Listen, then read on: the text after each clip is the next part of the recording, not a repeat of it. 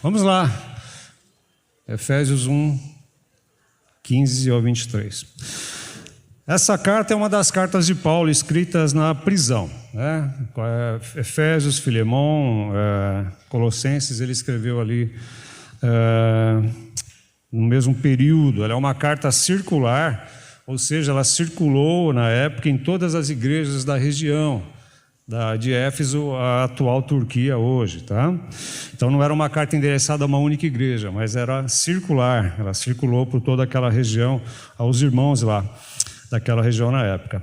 E Paulo, ele louva a Deus por sua maravilhosa graça, pelo seu amor, seu grande amor, que uniu pessoas em Cristo Jesus. Paulo fala que essa graça, esse amor que uniu gentios e judeus, né, aqueles que eram judeus com aqueles que não professavam fé nenhuma em nada, mas Deus os uniu em Cristo Jesus numa mesma família, família da fé, família espiritual, ou seja, a igreja. Então, a carta de Paulo aos Efésios, ela fala muito da igreja, sobre o que é a igreja, essa união, essa comunidade da fé, por causa de Cristo Jesus, o seu chamado, a sua missão, enfim. E Paulo, ele procura ensinar muito a igreja a esse respeito. Eu entendo que é uma necessidade para toda a igreja em todos os tempos, né? E Paulo começa assim, no versículo 15 e 16. Por essa razão, desde que ouvi falar da fé que vocês têm no Senhor Jesus e do amor que demonstram para com todos os santos, não deixo de dar graças por vocês, mencionando-os em minhas orações. A gratidão de Paulo pela fé e pelo amor que esta igreja, estes irmãos reunidos naquela região tinham. Fé em Cristo Jesus, a fé salvadora, transformadora, e também o amor que eles dispensavam uns para com os outros. Paulo ficou muito feliz, ele agradeceu a Deus e registrou isso, falando: olha, eu estou muito feliz de ver vocês, como vocês estão na fé e como vocês estão no relacionamento uns com os outros, né?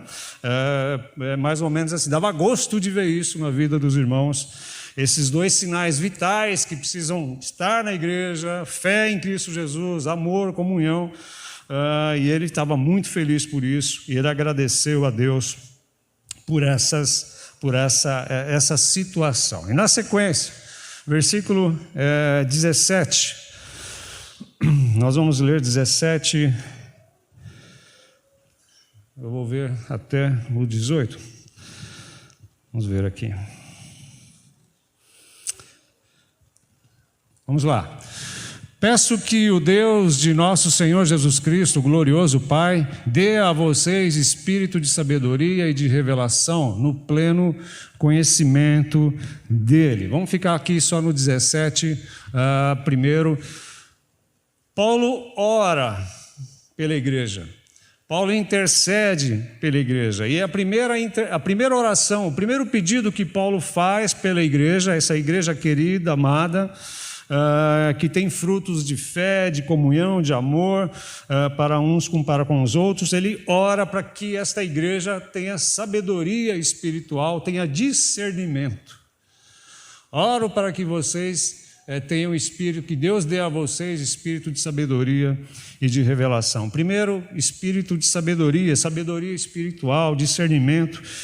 Interessante que Paulo notar aqui que Paulo não pede a Deus outras coisas. Deus não pede bênçãos materiais, Paulo não pede bênçãos materiais, ele não pede por outras circunstâncias que eram legítimas na época, mas Paulo pede por sabedoria espiritual, discernimento, né? A mente natural do ser humano não consegue discernir coisas espirituais, e Paulo fala isso também lá na primeira carta dele aos Coríntios, capítulo 2, versículo 14 e 15. Ele diz assim: quem não tem o Espírito Santo não aceita as coisas que vêm do Espírito. Acham loucura, acham, desculpa o termo, estupidez, acham um absurdo, não aceitam, não rejeitam, né? pois lhes são loucuras e não é capaz de entendê-las, porque elas são discernidas espiritualmente. Mas quem é espiritual, quem tem sabedoria espiritual, discernimento espiritual, sim, não faz, para quem não tem, não faz sentido nenhum. Fazer, por exemplo, o que nós estamos fazendo aqui hoje, louvando a Deus, adorando o Senhor, o autor da nossa fé. Mas quem é espiritual discerne todas as coisas. Olha só, não é que nós somos melhores do que as outras pessoas, mas nós estamos um passo à frente, porque nós conseguimos olhar para este mundo, para esse sistema, e olhar com uma perspectiva bíblica, tendo sabedoria que vem de Deus, sabedoria que vem da palavra de Deus, pela iluminação do Espírito Santo de Deus. Paulo pede para que a igreja tenha esse espírito de sabedoria. E depois ele fala de revelação, não é? Tem muita gente que tem muito conhecimento admirável em várias áreas da vida, várias áreas do conhecimento, mas vivem fazendo escolhas complicadas, vivem tomando decisões complicadas que não levam Deus em conta, não é? E aí começam a colher frutos, não é, dessas escolhas e decisões. Pessoas que fazem escolhas e decisões, que têm muito conhecimento, que são impressionantemente, tem muito conhecimento, o intelecto assim, invejável, né? Mas não conseguem ver como este mundo está caminhando, não conseguem ver como o sistema está corrompido, não conseguem observar isso, não conseguem interpretar este mundo em que nós vivemos, segundo a orientação de Deus, o que Deus já falou e já revelou na sua palavra. E não conseguem perceber, como o pastor Jackson falou, que Deus está no controle. As pessoas não conseguem ver que Deus está no controle. Acham que este mundo está à deriva, abandonado, largado. Não conseguem ver Deus agindo, Deus trabalhando, Deus cumprindo os seus propósitos. E Paulo fala assim, que Deus dê a vocês sabedoria espiritual, discernimento espiritual, para não viverem angustiados, aflitos, apavorados, desesperados, mas que possam olhar para tudo isso e fazer uma interpretação equilibrada deste mundo, desse sistema, dessa sociedade e assim por diante. Nós precisamos dessa sabedoria, nós precisamos pedir isso a Deus. Discernimento para olharmos para a vida, para olharmos para este mundo, para encararmos a morte, segundo a perspectiva bíblica, segundo o que Deus tem revelado para nós na sua palavra. Uma visão equilibrada. Sabedoria. Segundo pedido que Paulo faz para esta igreja, pede a Deus para que Deus dê a esta igreja espírito de revelação, entendimento. Paulo não fala aqui da prática de buscar revelações em outros lugares que não seja nas Escrituras, né? Paulo não está dizendo isso. Espírito de revelação, né? Ele não está falando que os cristãos devem buscar outras fontes de conhecimento de Deus, não é?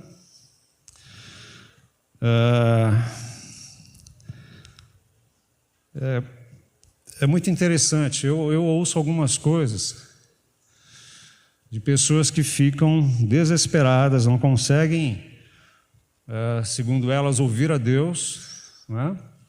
E começam a buscar essa voz em outros lugares, ouvir Deus em outros lugares, né? Onde com certeza Deus não está e nem Deus vai falar.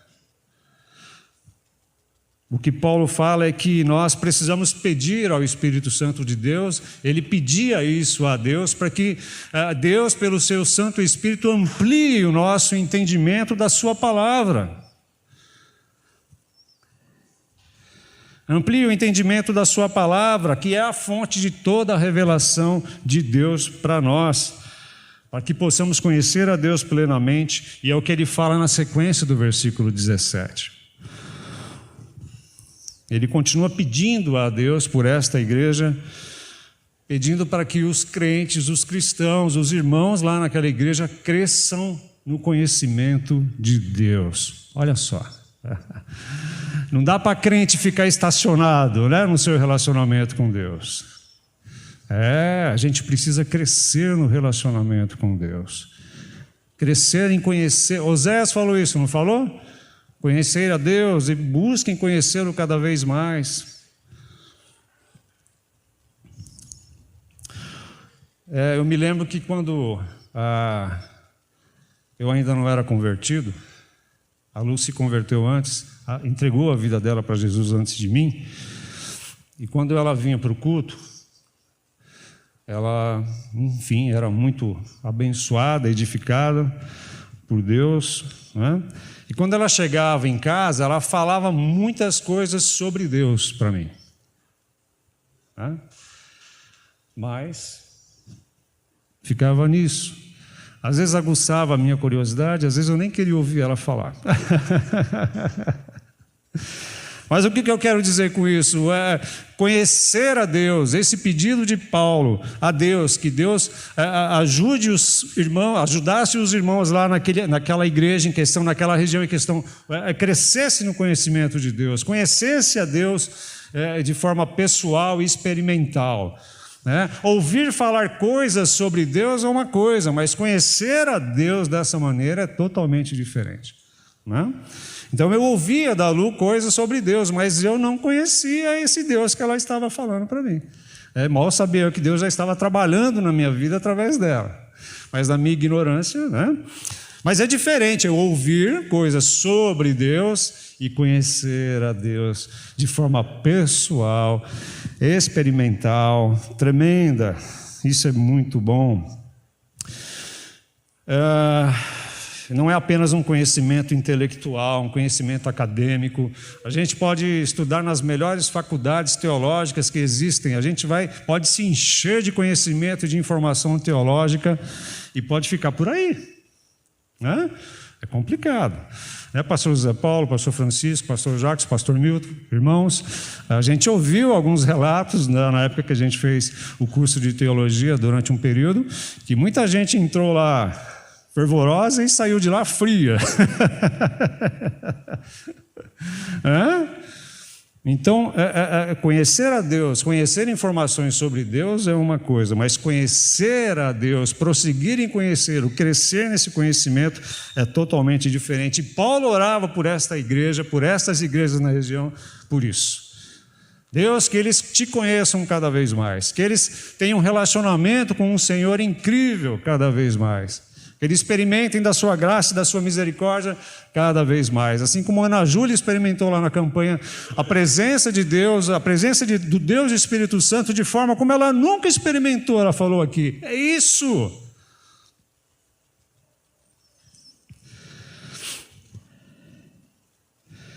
E como a gente cresce? Na leitura da palavra, no estudo da palavra de Deus, num tempo de devocional com a palavra, tempo de oração com Deus, na comunhão da igreja. É assim que a gente cresce no conhecimento de Deus.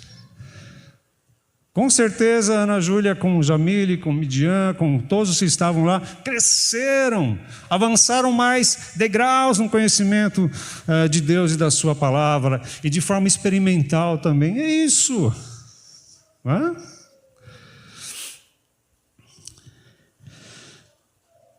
Conhecer a Deus, revelado plenamente na pessoa de Jesus Cristo, é essencial para ter vida eterna, para viver uma vida de santificação que agrade a Deus e para termos esperança.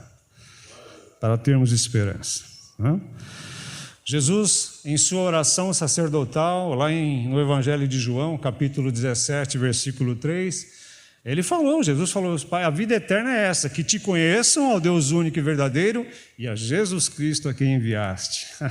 Que te conheçam cada vez mais, Senhor, e me conheçam cada vez mais. E Paulo continua a sua oração. Vamos lá, versículo 18, Fê, por favor. Oro também para que os olhos do coração de vocês sejam iluminados, a fim de que vocês conheçam a esperança para a qual Ele os chamou. E eu paro aqui, depois eu continuo. Paulo ora para que os irmãos lá naquela região tenham uma mente iluminada, para que possam viver na esperança a qual eles foram chamados. Eu e você, nós, a igreja do Senhor Jesus, fomos chamados, temos uma vocação para vivermos em esperança. Não desesperançosos, mas com uma viva esperança. É viva porque o nosso Senhor e Salvador Jesus está vivo. E na época de Paulo, o sistema daquela época não oferecia muita esperança para os cristãos. Se você acha que é só hoje, naquela época também não. Era perseguição, era problema, era corrupção, era um monte de coisa. O sistema organizado da época não oferecia para os cristãos esperança. Ao que parece, ali havia um clima de incertezas, um clima de angústia, de desespero quanto ao futuro de suas vidas. Um certo desânimo. Né? Mas Paulo ora para que os olhos dos cristãos fossem iluminados. Olhos da fé, coração, iluminados pela palavra de Deus e pelo Espírito Santo, pela ação do Espírito Santo, para que eles pudessem desfrutar dessa esperança futura, gloriosa em Cristo Jesus, já no aqui e no agora. Queridos, essa esperança é o nosso combustível para vivermos aqui neste mundo, cheio de incertezas, mergulhado num caos. Como você está sendo catastrófico, pastor. Está uma beleza, está uma delícia aqui neste mundo. Não se engane.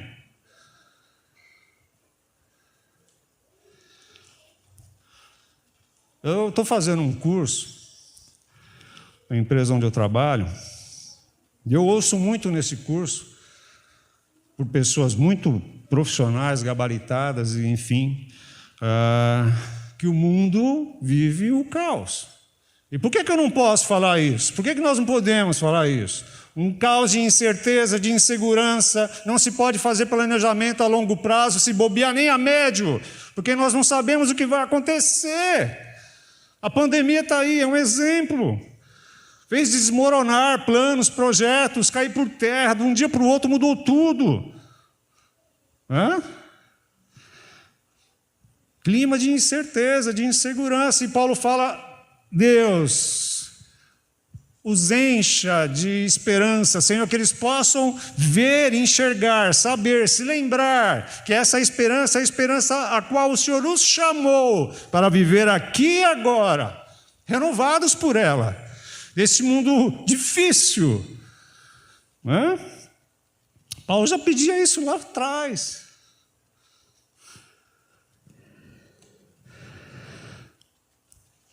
Como se Paulo estivesse falando: olha, Senhor, eles foram escolhidos pelo Senhor, eles foram adotados em Cristo Jesus pelo Senhor, eles foram resgatados, redimidos dos seus pecados, eles foram perdoados em Cristo Jesus, eles foram selados, Pai, com Teu Santo Espírito, como garantia e certeza de pertencimento ao Senhor. Senhor, faça-os lembrar disso, para que possam viver, permanecer firmes. E é assim conosco. Quais são as suas perspectivas acerca do futuro? Você está com medo, está preocupado, está inseguro? Viva na esperança, meu irmão. Esperança em Cristo Jesus. Você é amado, escolhido, perdoado, resgatado por Ele. O Espírito Santo de Deus foi colocado em você como selo, como garantia de que você pertence a Ele, de que você é amado por Ele. Que nada neste mundo pode te separar do amor de Deus revelado em Cristo Jesus.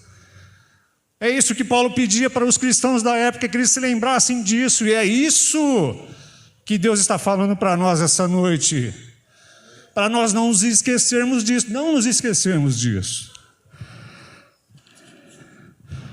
Falta só 5 folhas, está terminando.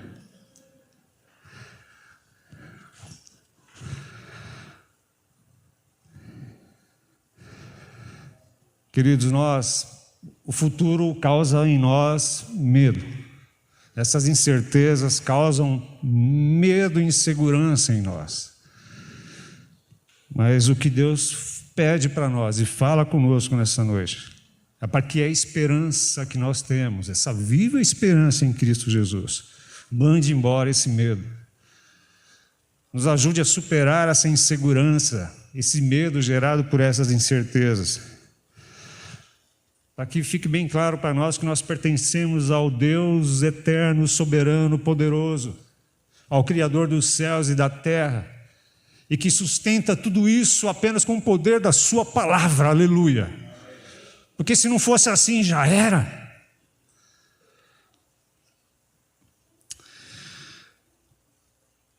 E Paulo quer que nós, que a igreja daquela época, e o Senhor quer que nós entendamos, que nós já somos muito abençoados em Cristo Jesus. Eu não acho. Você não acha? Então vamos lá, vamos ler Efésios 1:3. Fê, por favor. Bendito seja o Deus e Pai de nosso Senhor Jesus Cristo, que nos abençoou com todas as bênçãos espirituais das regiões celestiais em Cristo Jesus. Querido, você já é abençoado. Eu já sou abençoado. Nós somos abençoados em Cristo Jesus. E olha, é o seguinte, e o melhor, nós somos muito abençoados pelas bênçãos, por todas as bênçãos, não são algumas, não são todas as bênçãos espirituais em Cristo Jesus.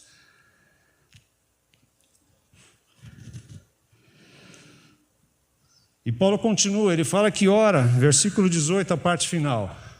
Fê, por favor. Oro também para que os olhos do coração de vocês sejam iluminados, a fim de que vocês conheçam a esperança para a qual Ele os chamou. Falamos dessa esperança, as riquezas da gloriosa herança dele nos santos, em nós. É muito interessante esse versículo. Paulo ora para que essa viva esperança produzisse neles e produza em nós. Esse entendimento e saber entender aqui na Bíblia é essa firme convicção, forte convicção no coração, que a igreja do Senhor, que a comunidade evangélica no Jardim Colorado e todos aqueles que Deus está trazendo para cá, pela fé em Cristo Jesus, são herança de Deus. Herança dele nos santos. Você sabia que você, meu irmão, é uma herança de Deus? A Bíblia está repleta de passagens que diz que Deus é a nossa porção, é a nossa herança, que nós somos herdeiros de Deus em Cristo Jesus. Quando nós estivermos lá com o Senhor Jesus, tudo aquilo que pertence ao Senhor, nós vamos desfrutar junto com Ele. Ele vai reinar e nós vamos reinar com Ele. Olha só que privilégio para nós. Essa é a herança. Mas Paulo está dizendo aqui que nós, a igreja de Jesus Cristo, ela é a herança de Deus. Como assim herança de Deus? Deus não precisa disso. Somos nós a herança que Deus recebe. Somos a igreja que Deus comprou com o sangue precioso do seu Filho amado, Jesus Cristo. Lá em Atos capítulo 20, versículo 28, fala isso. A igreja amada que foi comprada e paga pelo sangue precioso de Cristo Jesus. Isaías capítulo 53, versículo 11, diz que Jesus Cristo, de forma profética, ele verá o resultado do seu sacrifício na cruz e ficará satisfeito. Está lá em Isaías capítulo 53, 11. O resultado do seu sacrifício na cruz, quem é? A sua igreja redimida, resgatada, perdoada. Ele vai observar quando nós estivermos lá, ele vai ficar satisfeito com o resultado do seu trabalho, do seu penoso trabalho na cruz, porque a sua herança está lá, somos nós, a sua igreja. E Pedro fala na sua primeira carta, capítulo 2, versículo 9, Pedro fala que os crentes, nós, os cristãos, a igreja, é um povo exclusivo de Deus, herança de Deus, É uma nação santa, herança de Deus, um povo separado, exclusivo dele para ele. Tesouro pessoal de Deus, a menina dos olhos de Deus. Paulo ora para que os cristãos lá naquela época pudessem entender isso, saber disso, ter essa convicção no coração, para que eles entendessem o quão preciosos eles são para Deus e quão precioso você, meu irmão, minha irmã, você é para Deus. Você consegue ter essa noção e percepção? Nós somos alvo da sua graça, do seu amor, do seu perdão, aleluia. E para encerrar, Fê, agora vamos do 19 até o 23, tá? E a incomparável grandeza do seu poder para conosco, os que cremos em Cristo, conforme a atuação da sua poderosa força. Esse poder ele exerceu em Cristo, ressuscitando-o dos mortos e fazendo-o assentar-se à sua direita nas regiões celestiais, muito acima de todo governo e autoridade, poder e domínio, e de todo nome que se possa mencionar, aleluia, não apenas nesta era, mas também na que há de vir. Deus colocou todas as coisas debaixo de seus pés, os pés de Cristo, e o designou cabeça de todas as coisas para a igreja. E o último versículo, que é o seu corpo, a plenitude daquele que enche todas as coisas em toda e qualquer circunstância. Paulo ora para que esta igreja, esses irmãos, essa igreja espalhada na região de Éfeso, conheçam a grandeza incomparável do poder de Deus. Do poder de Deus. Não só conheçam, mas desfrutem disso. Paulo ora para que a igreja se aproprie desse poder de Deus para viver o dia presente, para viver o hoje. E ele disse que esse poder é tão tremendo, que é o mesmo poder que ressuscitou a Cristo dentre os mortos e que o exaltou, o elevou e o fez assentar-se à direita de Deus. Esse poder é incomparável, insuperável, superlativo, o que mais? Uns adjetivos aí. Não dá para dimensionar, não existem palavras para falar sobre este poder. E é este poder que a igreja precisa conhecer, se apropriar, desfrutar. É por isso que Paulo, quando ele vem orar aqui, ele sempre fala sobre isso. Não é conversa do Paulo, não, é bíblico. É o poder que Deus designou à igreja. É o poder que o ressuscitou dos mortos. A ressurreição de Jesus autenticou o ministério, a vida dele, tudo o que ele fez, ensinou, pregou. Esse poder que faz o Senhor Jesus ter o domínio universal sobre tudo que existe. Jesus exerce o domínio universal sobre toda a criação, sobre tudo e sobre todos. Sobre os seres angelicais, seres espirituais, sobre os demônios, o exército demoníaco, sobre Satanás. Jesus Cristo reina sobre tudo e sobre todos, Ele está acima de tudo e de todos. Ele é o único que reina, absoluto, soberano. A mesma cabeça que recebeu uma coroa de espinhos, hoje recebeu uma coroa gloriosa, cheia de honra, e governa sobre tudo e sobre todos, onde todo joelho se dobra no céu, na terra e debaixo da terra, e declara que Jesus Cristo é o Senhor, soberano, eterno, Rei dos reis, Senhor dos senhores. E é incrível, porque Paulo fala que esse poder está disponível para a igreja em Cristo Jesus. É esse poder que atua na igreja em Cristo Jesus. Nunca se esqueça, Paulo fala muito isso, em Cristo Jesus, com Cristo, em Cristo Jesus, em Cristo Jesus. esse poder para conosco os que cremos, esse poder que está disponibilizado para a igreja de Cristo Jesus.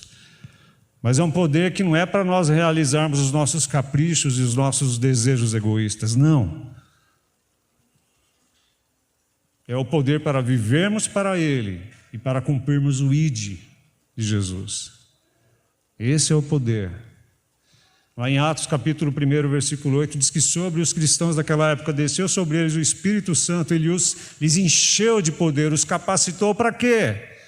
Para pregar, para anunciar o Evangelho, para ensinar, expulsar demônios, curar, enfim, para cumprir o ID. Encerrando, queridos, o Senhor Jesus é o Senhor da igreja. E a igreja, ela é totalmente dependente dele, de Jesus Cristo. De Jesus Cristo, vem a vida da igreja. Sabia? Vem a vida da igreja. A igreja não existe sem Cristo. A igreja, a existência dela depende de Cristo. E encerrando, que possamos fazer da oração de Paulo a nossa oração individual. Que possamos fazer da oração de Paulo a nossa oração. Para que Deus nos dê sabedoria espiritual, para discernir as coisas.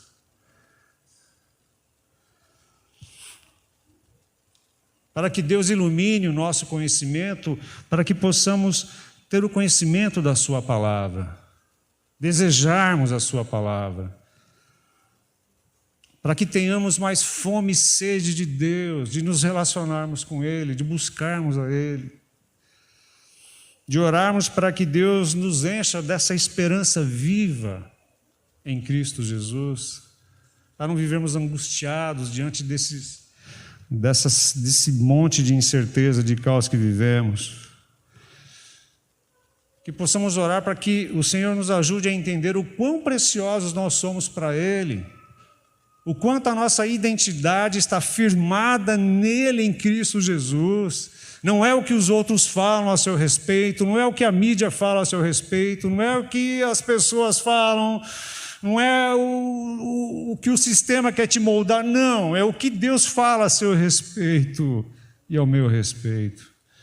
Que a nossa identidade seja firmada em Cristo, que fique bem claro isso para nós, que essa seja a nossa oração, que Ele nos mostre o quanto nós somos valiosos para Ele e que possamos orar para que experimentemos o seu poder de forma prática, esse mesmo poder que ressuscitou Cristo dentre os mortos, que o elevou, o fez assentar-se à direita de Deus, esse poder que governa tudo, manda em tudo e não tem para ninguém, mas que está disponibilizado para a igreja em Cristo Jesus. Olha só que coisa tremenda.